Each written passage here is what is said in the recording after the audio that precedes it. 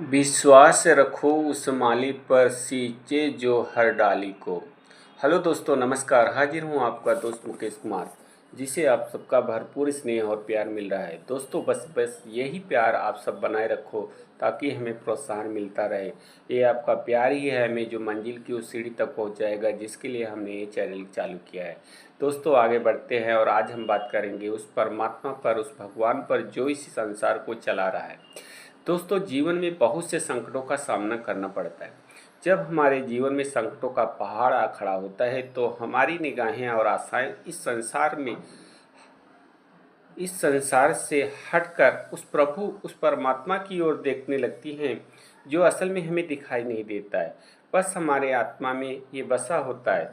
दोस्तों, परमात्मा ही है कि हमें सिर्फ संकट के समय ही क्यों याद आता है। क्यों उसी समय याद आता है जब हम सांसारिक सुख सुविधाओं की ओर हमारा मन नहीं लगता है। क्योंकि जब हमें दुखों का पहाड़ घेर लेता है तब हम उस परमात्मा को देखने लगते हैं। हे प्रभु, हमें बचाओ, अब तो हम गए हो, अब आप ही हमें बचा सकते हैं। जब हमारी टकटकी उस परमात्मा की ओर लग जाती है तो हमें बस इस संसार की सारी सुख सुविधा या जो रंगीन जीवन होता है उससे हमारा मन का जो मोह होता है वह भंग हो जाता है।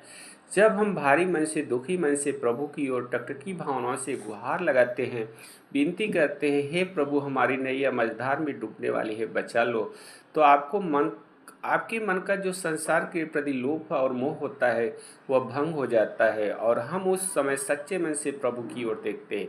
हमारे मन में आज अजीब प्रकार की चेतना जग जाती है और हमें प्रभु परमात्मा सच्चिदानंद प्रभु परमपिता परमेश्वर जगत पिता परमेश्वर के प्रति आत्मविभोर कर देती है और हमारे मन में उस दुख के समय भी एक गजब की आनंद की अनुभूति होती है कि जो सुख हम संसार की माया में तलाशते हैं, असल में वह सुख है ही नहीं।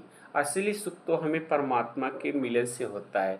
यही दुख जो हमें बहुत अधिक पीड़ा देता है, जिस दुखों के कारण हमारा सुख चैन चला जाता है, असल में हमें तभी असली सुख का अनुभव होता है और हमारी संवेदना की पुकार सुनकर सच्चिदानंद प्रभु हमारी रक्षा के लिए दौड़े चले आते हैं।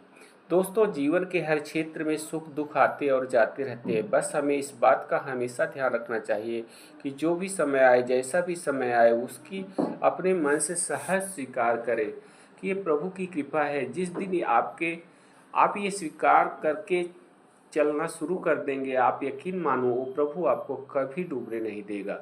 बस आपका विश्वास अडिग होना चाहिए, क्योंकि विश्वास रखो उस माली पर जो सींचे हर डाली को।